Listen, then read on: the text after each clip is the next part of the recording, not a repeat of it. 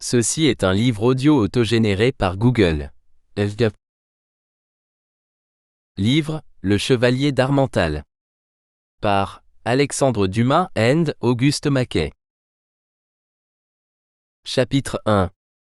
Le 22 mars de l'an de grâce 1718, jour de la mi-carême, un jeune seigneur de haute mine, âgé de 26 à 28 ans, monté sur un beau cheval d'Espagne, se tenait, vers les 8 heures du matin, à l'extrémité du pont Neuf qui aboutit au quai de l'école.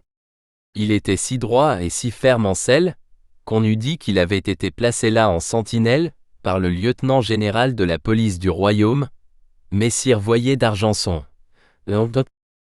Après une demi-heure d'attente à peu près, pendant laquelle on le vit plus d'une fois interroger des yeux avec impatience l'horloge de la Samaritaine, son regard, errant jusque-là, parut s'arrêter avec satisfaction sur un individu qui, débouchant de la place Dauphine, fit demi-tour à droite, et s'achemina de son côté.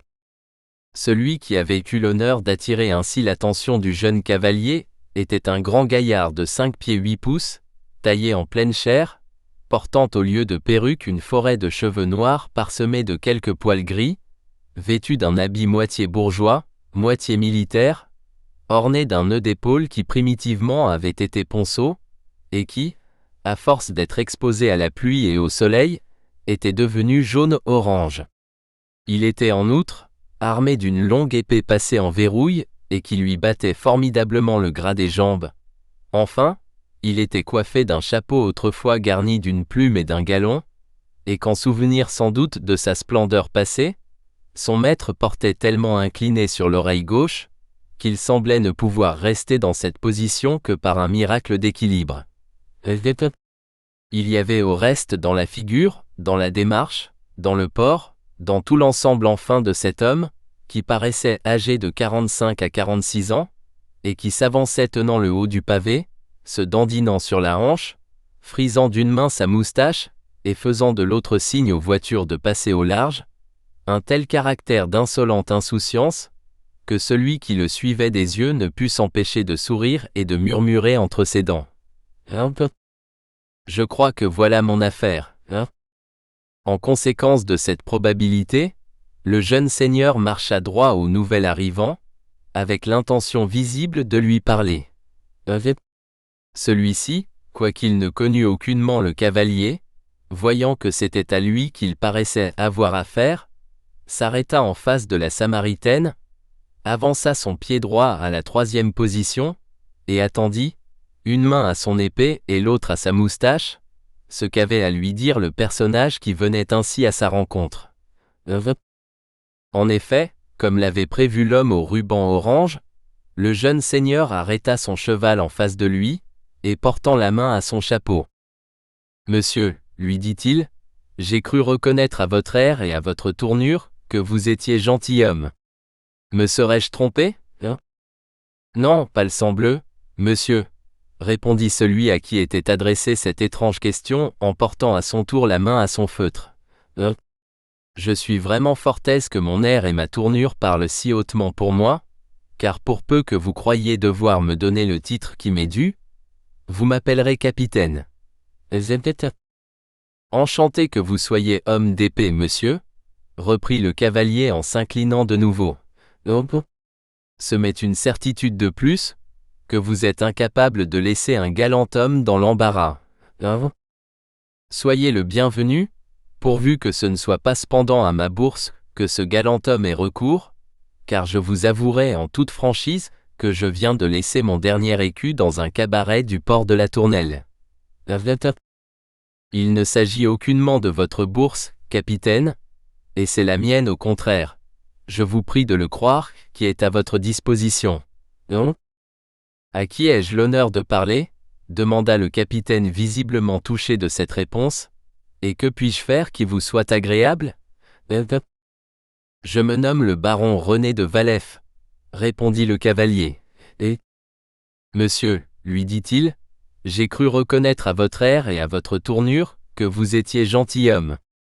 Me serais-je trompé ? Non, palsambleu. Monsieur, répondit celui à qui était adressée cette étrange question, en portant à son tour la main à son feutre. Hein?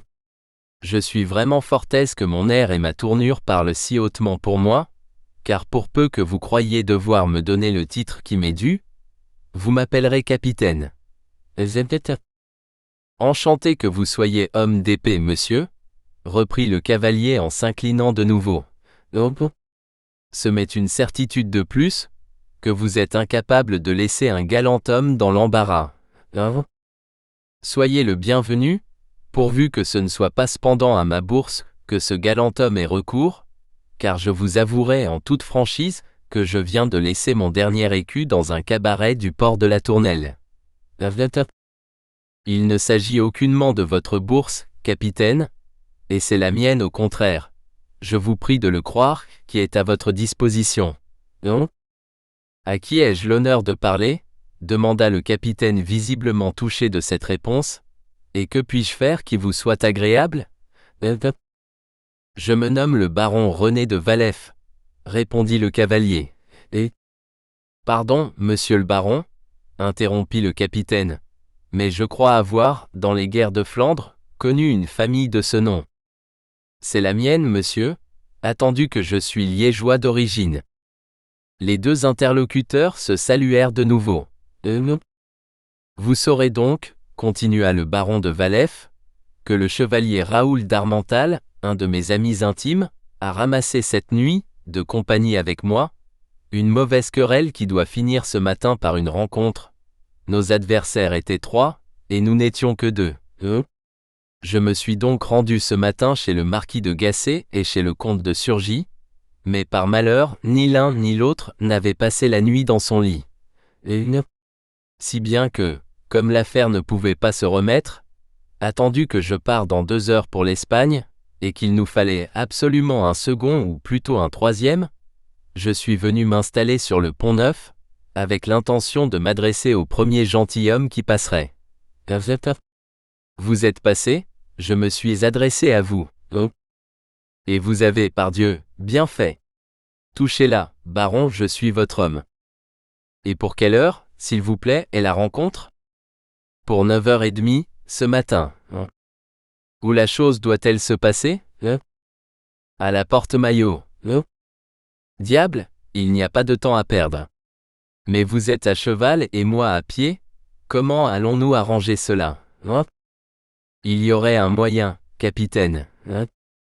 Lequel ? C'est que vous me fissiez l'honneur de monter en croupe. Volontiers, monsieur le baron. Je vous préviens seulement, ajouta le jeune seigneur avec un léger sourire, que mon cheval est un peu vif. Oh ? Je le reconnais, dit le capitaine en se reculant d'un pas, et jetant sur le bel animal un coup d'œil de connaisseur. Ou je me trompe fort, ou il est né entre les montagnes de Grenade et la Sierra Morena. J'en montais un pareil à Almanza, et je l'ai plus d'une fois fait coucher comme un mouton, quand il voulait m'emporter au galop, et cela, rien qu'en le serrant avec mes genoux. Alors vous me rassurez. À cheval donc, capitaine, et à la Porte-Maillot. M'y voilà, monsieur le baron. Et sans se servir de l'étrier que lui laissait libre le jeune seigneur, d'un seul élan, le capitaine se trouva en croupe. Le baron avait dit vrai, son cheval n'était point habitué à une si lourde charge. Aussi essaya-t-il d'abord de s'en débarrasser, mais le capitaine non plus n'avait point menti, et l'animal sentit bientôt qu'il avait affaire à plus fort que lui.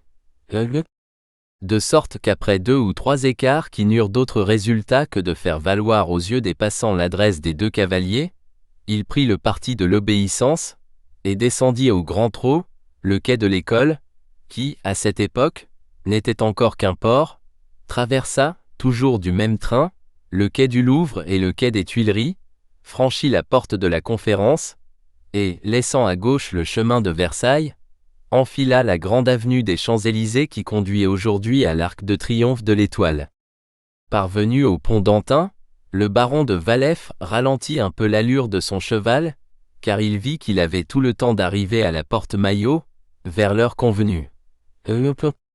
Le capitaine profita de ce moment de répit.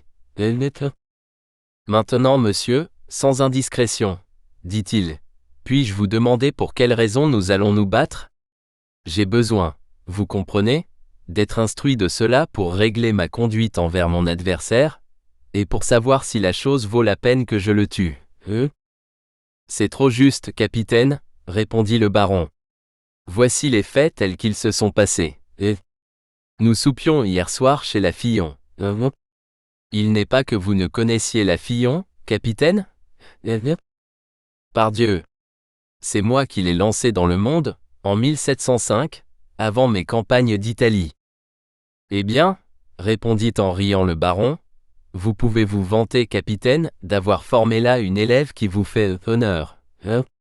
Bref, nous soupions donc chez elle tête-à-tête avec Darmental. Sans aucune créature du beau sexe? Demanda le capitaine. Oh? Mon Dieu, oui. Il faut vous dire que Darmental est une espèce de trappiste, n'allant chez la Fillon que de peur de passer pour n'y point aller, n'aimant qu'une femme à la fois, et amoureux pour le quart d'heure de la petite Daverne, la femme du lieutenant aux gardes. Très bien. Nous étions donc là parlant de nos affaires, lorsque nous entendîmes une joyeuse société qui entrait dans le cabinet à côté d'une autre. Comme ce que nous avions à nous dire ne regardait personne, nous fîmes silence, et ce fut nous qui, sans le vouloir, écoutâmes la conversation de nos voisins. Or, voyez ce que c'est que le hasard. Nos voisins parlaient justement de la seule chose qu'il aurait fallu que nous n'entendissions pas. De la maîtresse du chevalier, peut-être? Vous l'avez dit. Aux premiers mots qui m'arrivèrent de leur discours, je me levai pour emmener Raoul, mais au lieu de me suivre, il me mit la main sur l'épaule et me fit rasseoir. Ainsi donc, disait une voix, Philippe en tient pour la petite Daverne? Depuis la fête de la maréchale d'Estrée, où, déguisée en Vénus, elle lui a donné un ceinturon d'épée accompagné de verres, où elle le comparait à Mars. Mais il y a déjà 8 jours, dit une troisième voix. Oui, répondit la première. Oh! Elle a fait une espèce de défense, soit qu'elle tint véritablement à ce pauvre Darmental, soit qu'elle sut que le régent n'aime que ce qui lui résiste. Enfin, ce matin, en échange d'une corbeille pleine de fleurs et de pierreries, elle a bien voulu répondre qu'elle recevrait ce soir son Altesse. Ah, dit le capitaine, je commence à comprendre. Le chevalier s'est fâché, Justement, au lieu d'en rire, comme nous aurions fait vous ou moi, du moins je l'espère, et de profiter de cette circonstance pour se faire rendre son brevet de colonel, qu'on lui a ôté sous le prétexte de faire des économies, Darmental devint si pâle, que je crus qu'il allait s'évanouir. Puis, s'approchant de la cloison, et frappant du poing pour qu'on fît silence. Messieurs, dit-il, je suis fâché de vous contredire, mais celui de vous qui a avancé que Madame Daverne avait accordé un rendez-vous au régent, ou à tout autre, en a menti. C'est moi, monsieur, qui ai dit la chose et qui la soutient, répondit la première voix, et s'il y a en elle quelque chose qui vous déplaise, je me nomme Lafare, capitaine aux gardes. Et moi, Fardji, dit la seconde voix. Et moi, Ravane, dit la troisième voix. Très bien, messieurs, reprit Darmental. Demain, de 9h à 9h30, à la porte Maillot. Et il vint se rasseoir en face de moi. Ces messieurs parlèrent d'autre chose, et nous achevâmes notre souper. Voilà toute l'affaire, capitaine, et vous en savez maintenant autant que moi. Le capitaine fit entendre une espèce d'exclamation qui voulait dire « Tout cela n'est pas bien grave », mais, malgré cette demi-désapprobation de la susceptibilité du chevalier, il n'en résolut pas moins de soutenir de son mieux la cause dont il était devenu si inopinément le champion, quelque défectueuse que cette cause lui parût dans son principe. D'ailleurs, en eût-il eu l'intention, il était trop tard pour reculer. On était arrivé à la porte Maillot, et un jeune cavalier, qui paraissait attendre, et qui avait aperçu de loin le baron et le capitaine, venait de mettre son cheval au galop, et s'approchait rapidement. C'était le chevalier Darmental. Mon cher chevalier, dit le baron de Valef en échangeant avec lui une poignée de main, permets qu'à défaut d'un ancien ami, je t'en présente un nouveau. Bon. Ni Surgis ni Gasset n'étaient à la maison, j'ai fait rencontre de monsieur sur le Pont-Neuf. Je lui ai exposé notre embarras, et il s'est offert à nous en tirer avec une merveilleuse grâce. C'est donc une double reconnaissance que je te dois, mon cher Valef, répondit le chevalier en jetant sur le capitaine un regard dans lequel perçait une légère nuance d'étonnement, et à vous, monsieur, continua-t-il, des excuses de ce que je vous jette ainsi tout d'abord et pour faire connaissance dans une si méchante affaire, mais vous m'offrirez un jour ou l'autre l'occasion de prendre ma revanche, je l'espère, et je vous prie, le cas échéant, de disposer de moi comme j'ai disposé de vous. Bien dit, chevalier, répondit le capitaine en sautant à terre, et vous avez des manières avec lesquelles on me ferait aller au bout du monde. Le proverbe a raison, il n'y a que les montagnes qui ne se rencontrent pas. Quel est cet original, demanda tout bas d'Harmental à Valef, tandis que le capitaine marquait des appels du pied droit pour se remettre les jambes. Ma foi, je l'ignore, dit Valef, mais ce que je sais, c'est que sans lui nous étions fort empêchés. Quelque pauvre officier de fortune sans doute, que la paix a mis à l'écart comme tant d'autres. D'ailleurs, nous le jugerons tout à l'heure à la besogne. Eh bien, dit le capitaine, s'animant à l'exercice qu'il prenait, où sont nos muguets, chevalier? Je me sens en veine ce matin. Quand je suis venu au-devant de vous, répondit d'Harmental, il n'était point encore arrivé, mais j'apercevais au bout de l'avenue une espèce de carrosse de louage qui leur servira d'excuse s'ils sont en retard. Au reste, ajouta le chevalier en tirant de son gousset une très belle montre garnie de brillants, il n'y a point de temps perdu, car à peine s'il est 9h30. Allons donc au-devant d'eux, dit Valef en descendant à son tour de cheval et en jetant la bride aux mains du valet de d'Harmental, car s'ils arrivaient au rendez-vous, tandis que nous bavardons ici, c'est nous qui aurions l'air de nous faire attendre. Tu as raison, dit d'Harmental. Et mettant pied à terre à son tour, il s'avança vers l'entrée du bois, suivi de ses deux compagnons. Ces messieurs ne commandent rien, hein? Demanda le propriétaire du restaurant, qui se tenait sur la porte, attendant pratique. Si fait, maître Durand, répondit d'Harmental, qui ne voulait pas, de peur d'être dérangé, avoir l'air d'être venu pour autre chose que pour une promenade. Un déjeuner pour 3. Nous allons faire un tour d'allée, et nous revenons. Et il laissa tomber 3 louis, dans la main de l'hôtelier. Le capitaine vit reluire l'une après les autres les 3 pièces d'or, et calcula avec la rapidité d'un amateur consommé ce que l'on pouvait avoir au bois de Boulogne pour 72 livres, mais comme il connaissait celui à qui il avait affaire, il jugea qu'une recommandation de sa part ne serait point inutile. En conséquence, s'approchant à son tour du maître d'hôtel. « Ah ça, Gargotier mon ami, lui dit-il, tu sais que je connais la valeur des choses, et que ce n'est point à moi qu'on peut en faire croire sur le total d'une carte? Que les vins soient fins et variés, et que le déjeuner soit copieux, ou je te casse les os. Tu entends? Soyez tranquille, capitaine, répondit maître Durand, ce n'est pas une pratique comme vous que je voudrais tromper. C'est bien. Il y a 12 heures que je n'ai mangé, règle-toi là-dessus, L'hôtelier s'inclina en homme qui savait ce que cela voulait dire, et reprit le chemin de sa cuisine, commençant à croire qu'il avait fait une moins bonne affaire qu'il n'avait d'abord espéré. Quant au capitaine, après lui avoir fait un dernier signe de recommandation moitié amical, moitié menaçant, il doubla le pas et rejoignit le chevalier et le baron, qui s'étaient arrêtés pour l'attendre. Le chevalier ne s'était pas trompé à l'endroit du carrosse de louage. Au détour de la première allée, il aperçut ses 3 adversaires qui en descendaient. C'était, comme nous l'avons déjà dit, le marquis de Lafare, le comte de Fargy et le chevalier de Ravane.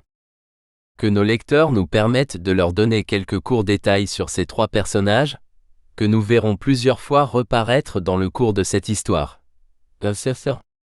Lafare, le plus connu des trois, grâce aux poésies qu'il a laissées et à la carrière militaire qu'il a parcourue, était un homme de 36 à 38 ans, de figure ouverte et franche, d'une gaieté et d'une bonne humeur intarissables, toujours prêt à tenir tête à tout venant à table, aux jeux et aux armes, sans rancune et sans fiel, fort couru du beau sexe et fort aimé du régent, qu'il avait nommé son capitaine des gardes, et qui, depuis 10 ans qu'il l'admettait dans son intimité, l'avait trouvé son rival quelquefois, mais son fidèle serviteur toujours. Aussi le prince, qui avait l'habitude de donner des surnoms à tous ses roués et à toutes ses maîtresses, ne le désignait-il jamais que par celui de bon enfant. Cependant, depuis quelque temps, la popularité de Lafare, si bien établie qu'elle fut part de recommandables antécédents, baissait fort parmi les femmes de la cour et les filles de l'opéra. Le bruit courait tout haut, qu'il se donnait le ridicule de devenir un homme rangé. Il est vrai que quelques personnes, afin de lui conserver sa réputation, disaient tout bas que cette conversion apparente n'avait d'autre cause que la jalousie de mademoiselle de Conti, fille de madame la duchesse et petite-fille du grand Condé, laquelle, assurait-on, honorait le capitaine des gardes de monsieur le régent d'une affection toute particulière. Au reste, sa liaison avec le duc de Richelieu, qui passait de son côté pour être l'amant de mademoiselle de Charolais, donnait une nouvelle consistance à ce bruit. Le comte de Fargy, que l'on appelait habituellement le beau Fargy, en substituant l'épithète qu'il avait reçue de la nature au titre que lui avaient légué ses pères, était cité, comme l'indique son nom, pour le plus beau garçon de son époque. Ce qui, dans ce temps de galanterie, imposait des obligations devant lesquelles il n'avait jamais reculé, et dont il s'était toujours tiré avec honneur. En effet, il était impossible d'être mieux pris dans sa taille que ne l'était Fargy. C'était à la fois une de ces natures élégantes et fortes, souples et vivaces, qui semblent douées des qualités les plus opposées, des héros de romans de ces temps-là. Joignez à cela une tête charmante qui réunissait les beautés les plus opposées, c'est-à-dire des cheveux noirs et des yeux bleus, des traits fortement arrêtés, et un teint de femme. Ajoutez à cet ensemble de l'esprit, de la loyauté, du courage autant comme du monde, et vous aurez une idée de la haute considération dont devait jouir Fargy auprès de la société de cette folle époque, si bonne appréciatrice de ces différents genres de mérite. Quant au chevalier de Ravane, qui nous a laissé sur sa jeunesse des mémoires si étranges, que, malgré leur authenticité, on est toujours tenté de les croire apocryphes, c'était alors un enfant à peine hors de page, riche et de grande maison, qui entrait dans la vie par sa porte dorée, et qui courait droit au plaisir qu'elle promet avec toute la fougue, l'imprudence et l'avidité de la jeunesse. Aussi outrait-il, comme on a l'habitude de le faire à 18 ans, tous les vices et toutes les qualités de son époque. On comprend donc facilement quel était son orgueil de servir de second à des hommes comme Lafare et Fargy, dans une rencontre qui devait avoir quelque retentissement dans les ruelles et dans les petits soupers. Fin du chapitre. Chapitre 2. Aussitôt que Lafare, Fargy et Ravane virent déboucher leurs adversaires à l'angle de l'allée, ils marchèrent de leur côté au-devant d'eux. Arrivés à 10 pas les uns des autres, tous mirent le chapeau à la main et se saluèrent avec cette élégante politesse qui était, en pareille circonstance, un des caractères de l'aristocratie du XVIIIe siècle, et firent quelques pas ainsi, tête nue et le sourire sur les lèvres, si bien qu'aux yeux d'un passant qui n'aurait point été informé de la cause de leur réunion, ils auraient eu l'air d'amis enchantés de se rencontrer. Messieurs, dit le chevalier d'Harmental, à qui la parole appartenait de droit, j'espère que ni vous ni moi n'avons été suivis, mais il commence à se faire un peu tard, et nous pourrions être dérangés ici. Je crois donc qu'il serait bon de gagner tout d'abord un endroit plus écarté où nous soyons plus à notre aise pour vider la petite affaire qui nous rassemble. Messieurs, dit Ravane, j'ai ce qu'il vous faut, à 100 pas d'ici à peine, une véritable chartreuse, vous vous croirez dans la Thébaïde. Alors suivons l'enfant, dit le capitaine, l'innocence mène au salut. Ravan se retourna, et toisa des pieds à la tête notre ami au ruban orange. Si vous n'avez d'engagement avec personne, mon grand monsieur, dit le jeune page d'un ton goguenard, je réclamerai la préférence. Un instant, Ravan, interrompit Lafare. J'ai quelques explications à donner à monsieur d'Harmental. Monsieur Lafare, répondit le chevalier, votre courage est si parfaitement connu, que les explications que vous m'offrez sont une preuve de délicatesse dont, croyez-moi bien, je vous sais un gré parfait, mais ces explications ne feraient que nous retarder inutilement, et nous n'avons, je crois, pas de temps à perdre. Bravo, dit Ravan, voilà ce qui s'appelle parler, chevalier. Une fois que nous nous serons coupé la gorge, j'espère que vous m'accorderez votre amitié. J'ai fort entendu parler de vous, en bon lieu, et il y a longtemps que je désirais faire votre connaissance. Les deux hommes se saluèrent de nouveau. Allons, Ravan, dit Fardji, puisque tu t'es chargé d'être notre guide, montre-nous le chemin. Ravan sauta aussitôt dans le bois, comme un jeune faon. Ses 5 compagnons le suivirent. Les chevaux de main et le carrosse de louage restèrent sur la route. Au bout de 10 minutes de marche, pendant lesquelles les 6 adversaires avaient gardé le plus profond silence, soit de peur d'être entendus, soit par ce sentiment naturel qui fait qu'au moment de courir un danger, l'homme se replie un instant sur lui-même, on se trouva au milieu d'une clairière entourée de tous côtés d'un rideau d'arbres. Eh bien, messieurs, dit Ravan en jetant un regard satisfait autour de lui, que dites-vous de la localité, Je dis que si vous vous vantez de l'avoir découverte, dit le capitaine, vous me faites l'effet d'un drôle de Christophe Colomb. Vous n'aviez qu'à me dire que c'était ici que vous vouliez aller, et je vous y aurais conduit les yeux fermés, moi. Eh bien, monsieur, répondit Ravan, nous tâcherons que vous en sortiez comme vous y seriez venu.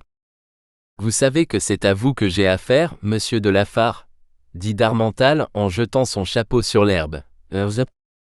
Oui, monsieur, répondit le capitaine des gardes en suivant l'exemple du chevalier, et je sais aussi que rien ne pouvait me faire tout à la fois plus d'honneur et de peine qu'une rencontre avec vous, surtout pour un pareil motif.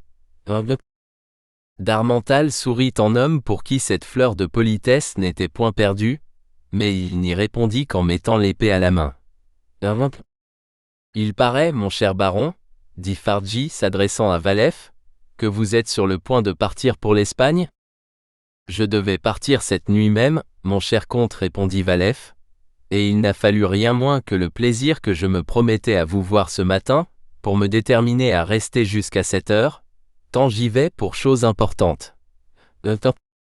Diable, voilà qui me désole, reprit Fardji en tirant son épée, car si j'avais le malheur de vous retarder, vous êtes homme à m'en vouloir mal de mort.